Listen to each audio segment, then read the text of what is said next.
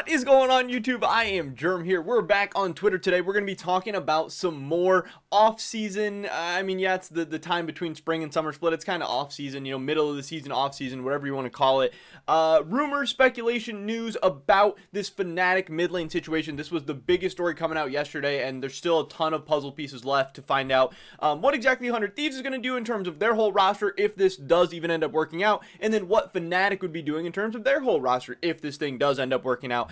But again, the big story is that Nisqy and 100 Thieves are reportedly in talks about 100 Thieves buying out Nisqy from Fnatic, sending him from obviously Europe in the Fnatic mid lane over to North America into that 100 Thieves mid lane situation. This would be an absolutely massive deal for the LCS, for the LEC, for 100 Thieves, for Fnatic, and there's a ton going on today. Specifically, I want to talk about what Fnatic would potentially be doing in the mid lane, because obviously we have some tweets up on the screen talking about some different options, like potentially Nemesis, potentially Febiven, potentially Leader. So we're going to be running through some of those today and giving my thoughts and opinions, but also trying to make them make a little bit more sense for you guys, because I think a lot of people are confused right now. But before we get into that, I just want to mention real quick, if you guys have not already, please take a second, smash that like button. We're back on the news, we're back on the rumors, we're back on the speculation. This is the big time. This is what my channel kind of blew up on. This is what I think most people are here for. So, hey, help us out. Run up those likes on the video. Also, subscribe to stay updated on all my latest content so you guys don't miss out on anything we got going on in the near future. With that being said, let's get right into this. So, ZSXZ Esports, one of my favorite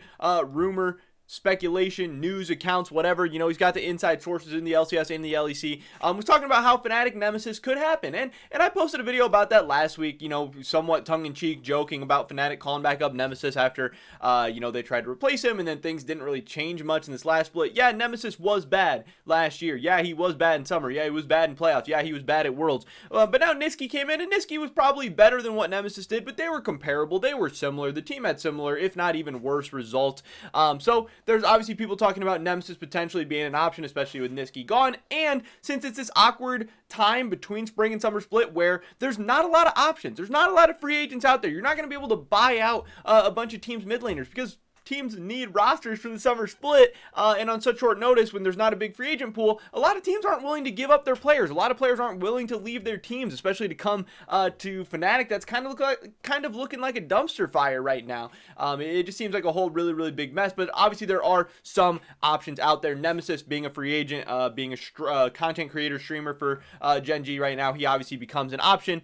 Leader also becomes an option. Most European Regional League players are going to be options for Fnatic here if they can find a good, exciting young mid laner they're excited about. Yes, you can definitely buy out a guy from an ERL team. They're always looking to make jumps to the LEC, obviously.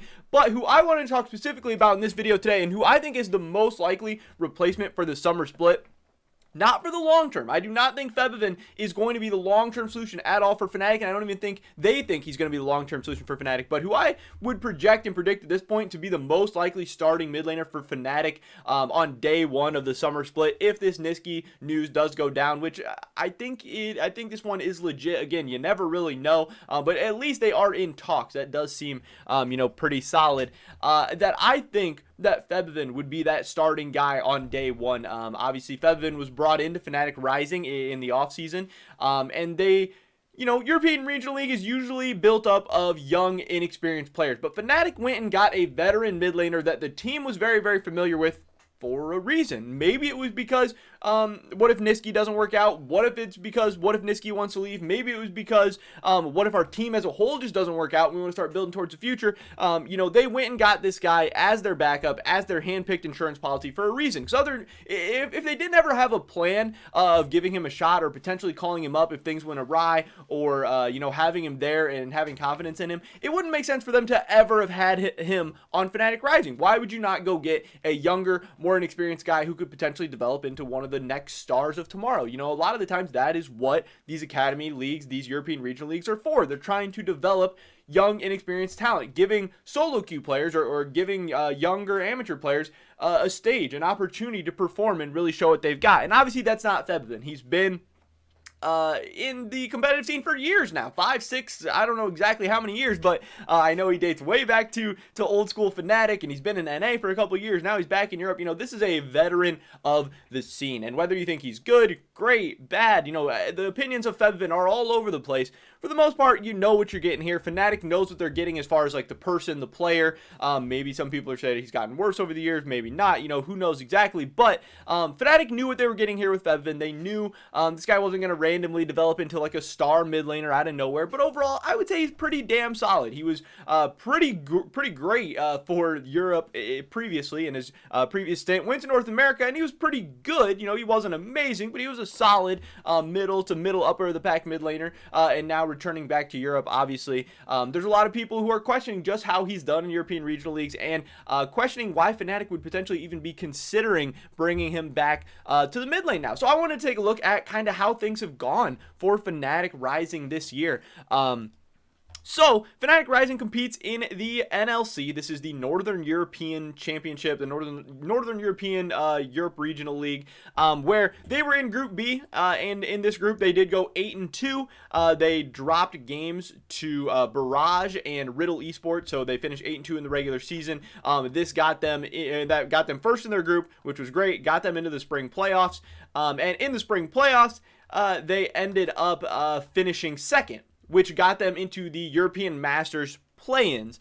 So, you know, overall a pretty good regular season and playoff showing for Fnatic Rising. Yes, they didn't win, but they finished atop their group, and then they ended up losing to the team that won the other group. So, you know, they were top 2 in the regular season, they were top 2 in the playoffs, and at the end of the day, they had a chance to compete in the European Regional Master play-ins. They didn't get that automatic qualifying spot, but, you know, okay, they were still pretty close. They were still a solid team. It's not like they were a bad team at all. If we take a look at the stats, these are I want to take a look at the regular season stats first. These are the NLC regular season stats, where we can see Febiven, his average game was 3.1, 1.7, and 7.6 for a 6.92 KDA. He had the 4th highest KDA in the league, which obviously just in a vacuum, those are pretty crazy stats. That is a pretty crazy, you know, stat line. That's an awesome KDA. Playing Orianna, Syndra, and Azir. Obviously, he likes to play those control mages, as to where Nisqy is a guy who's going to play like the Gallios, the Twisted Fates, the Zoe, those type champions a lot more, and probably a lot better than Febiven is, but Febiven overall should probably be a better control mage player than Nisqy, at least historically.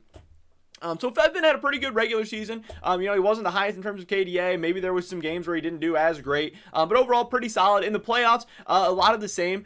You know, he had the 2nd highest KDA, and again, this is against a little bit smaller pool of mid laners, a little bit more, you know, tough pool of mid laners. But again, a 4.28 KDA, playing Azir, Syndra, Victor as his most played. So again, more control mages, pretty good KDAs, pretty good scores, but Fnatic Rising did come up a little bit short. So that took them to their European Masters play-in, where they were taking on G2 Arctic. And in this game, you can see here that it starts out with Febiven being 1-0. He's playing Twisted Fate into Galio, which, you know, early game, this should definitely go for the Twisted Fate. So I just kind of wanted to take a look at how some of these laning phases went for him. I believe he picks up an early kill in this game. You know, this is a dragon fight pretty early on, where he's able to get the gold card. He picks up first blood in this game. That's awesome. This fight ends up playing out. I don't really think much else happens. You know, the jungler goes down. Fnatic Rising kind of kites away, see if they can get the kill onto the Rel. They're actually, he is able to get that there. So, you know, he starts out 2-1. That is a good start for him, obviously. And then I kind of want to skip forward to like 10 minutes and 15 minutes. So at 11 minutes, he's still 2-1. He's down 5 CS to the Galio. But again, Twisted Fate, Galio, they're both kind of trying to get out of lane, both trying to farm a little bit. And then I want to take like 15 minutes. He's down around 10 CS, but he's 4-1. So overall, you know, CSing, you know, maybe doesn't have as much of a gold lead or CS leader, or you know, that you would typically associate with Twisted Fate into the Galio matchup. So maybe he's not playing amazingly or perfectly or anything, but it scores 5-4. He's 4-1. Not only does he have 80% kill participation, he has 4 of the 5 kills. Overall, a pretty good game. Now, Fnatic Rising would go on to lose this game, but I wanted to just take it. I wanted more to just take a look at the early games to see how his laning's doing, how he's looking in terms of that stuff. Because I think his stats look good in the regular season. His stats look good in the playoffs. And against G2 Arctic, I would say overall this was a, you know, a good first early game. We skip ahead to the second game. where things are not as pretty. He's playing Lucian into Zoe, which again, early game should be a Lucian favored lane. So we'll see how this one goes. Pretty early on, obviously they're taking a trade. He's losing this part of it, and then Zoe gets the Everfrost, which is maybe a little bit unlucky, but he actually gets first blood solo killed by Zoe as Lucian. That is obviously not good. He didn't use his flash or anything there. But then a little bit later, you see this little exchange where it gets cut off by the replay, so we don't exactly know what happens. He is able to get a solo kill back, which is maybe a little bit impressive. Yeah, Zoe didn't get to base or anything, so she hadn't spent her gold lead, but he ended up in an awkward position. He was behind, was still able to fight back and pick up a solo kill, but again, him getting solo killed at level 3 by Zoe as Lucian, not exactly a great sign. Again, the RNG getting the Everfrost, maybe a little bit unlucky. But then taking a look at this game, like 10 minutes in, right here we have about 10 minutes in, he's down 2 CS, so all things are pretty even. Again, maybe you'd want your Lucian to have a CS lead against Zoe. He's not really dominating on the Lucian or being a real big force or anything, but again, he's also not known for champions like this. He is more of a control mage player.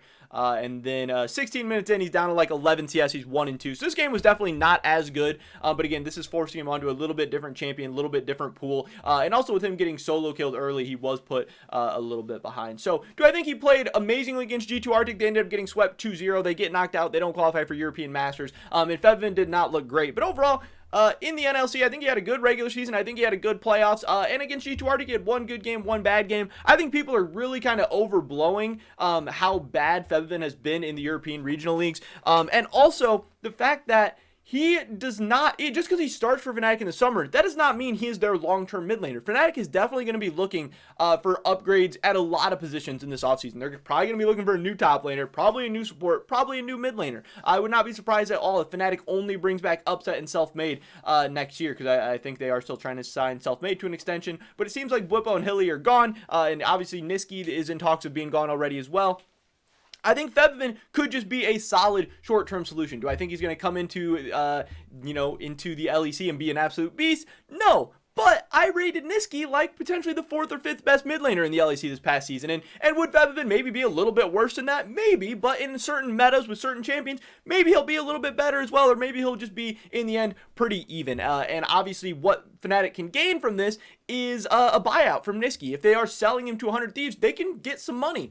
And your European teams, LEC teams, as a whole, don't have a lot of money. And Fnatic has had some financial issues and stuff. So if they know that they're going to maybe be rebuilding a little bit in the future, if they're going to be looking to more longer term options in the future, as this iteration of Fnatic clearly did not work out in the spring split, giving Febiven a chance for a split that probably doesn't matter. Fnatic just finished 5th. They're probably not going to Worlds this year, especially if Europe's only going to have 3 spots. I don't think much people are going to be predicting them to overtake Rogue or Mad Lions or G2, and they didn't even beat Schalke in this past year. So they have a big mountain to climb with this iteration of Fnatic if they even wanted to go to Worlds. But with the dysfunction and things are going on, even if they went to Worlds, they wouldn't have that high of expectations anyway. So I definitely don't blame them. They can sell off Nisqy. There's different kind of opinions out there. I know I saw some guy tweeting, I responded to him saying a huge buyout for Nisqy.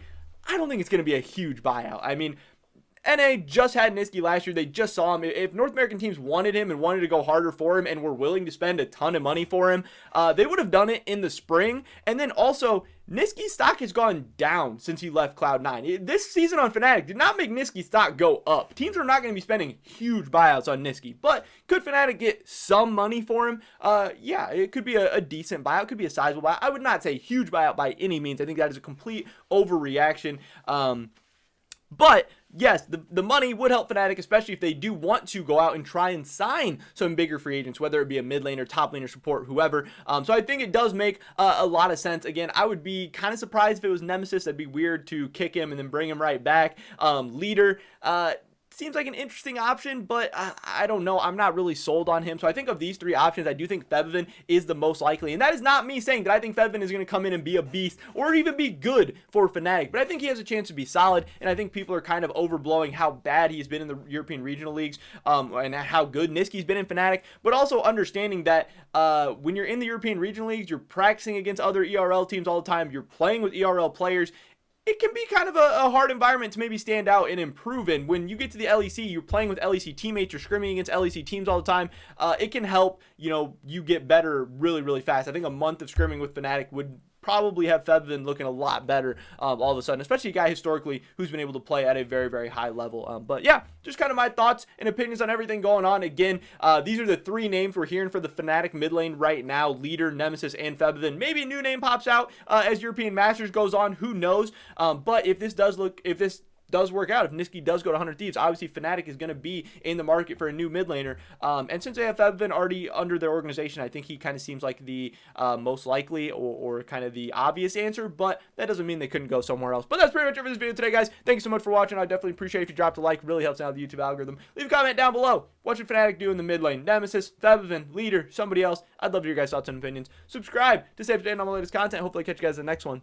But until then, peace!